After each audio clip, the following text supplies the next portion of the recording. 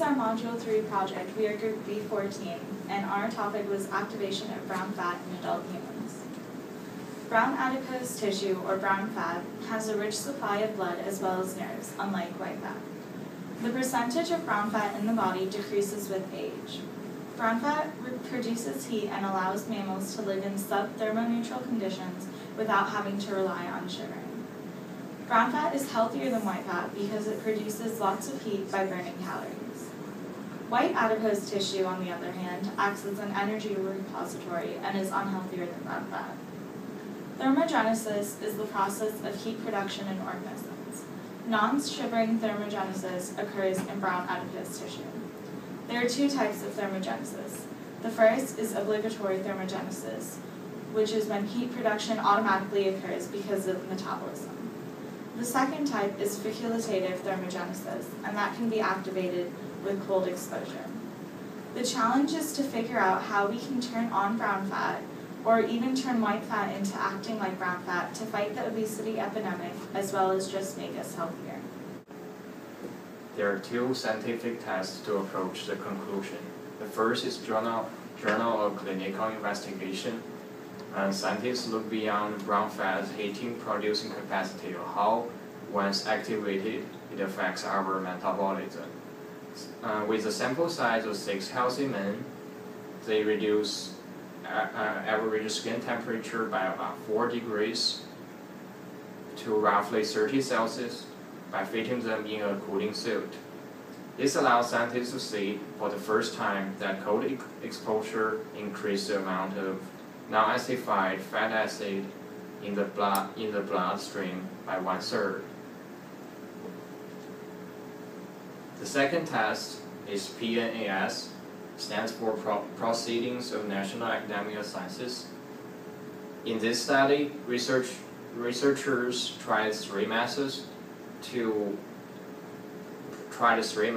are separated with this once a course of 3 days.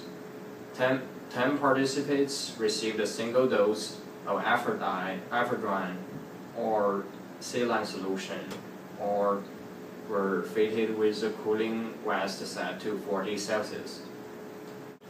Such vests are sometimes worn by surgeons in the operating room. They found that brown fat was reliably activated once during cold exposure, not by it. In a second study focusing on the metabolic abilities of B18, researchers used PET scans to monitor oxidative metabolism, glucose uptake, and fatty acid uptake using chemical indicators.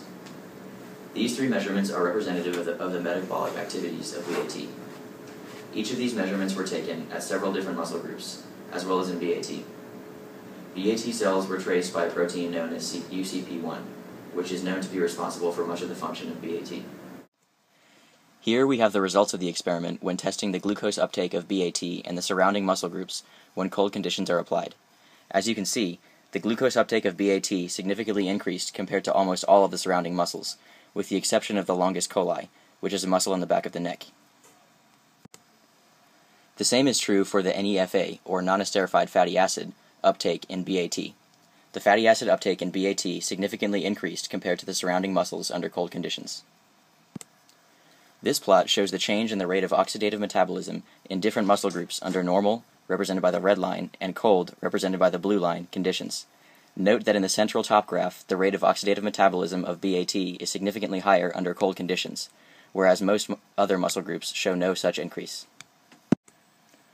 To understand exactly how thermogenesis works and why it can help lead to weight loss, consider the process of oxidative phosphorylation, in which energy from the electron transport chain is used to pump protons across the inner membrane of the mitochondria to create a proton gradient. In oxidative phosphorylation, the protons then flow through the enzyme ATP synthase, represented in the picture by the pink structure, to produce ATP. However, in the process of thermogenesis, protons travel across the inner membrane without passing through ATP synthase. Thus, less ATP is produced, and the energy that would have been stored as excess weight is lost as heat. There was an increase in the activity of oxidative metabolism in the BAT, but not in surrounding muscles. There was also an increase in the fatty acid uptake in BAT, which presents a potential opportunity for weight loss. Energy expenditure was measured to increase by 80% over the period of cold exposure.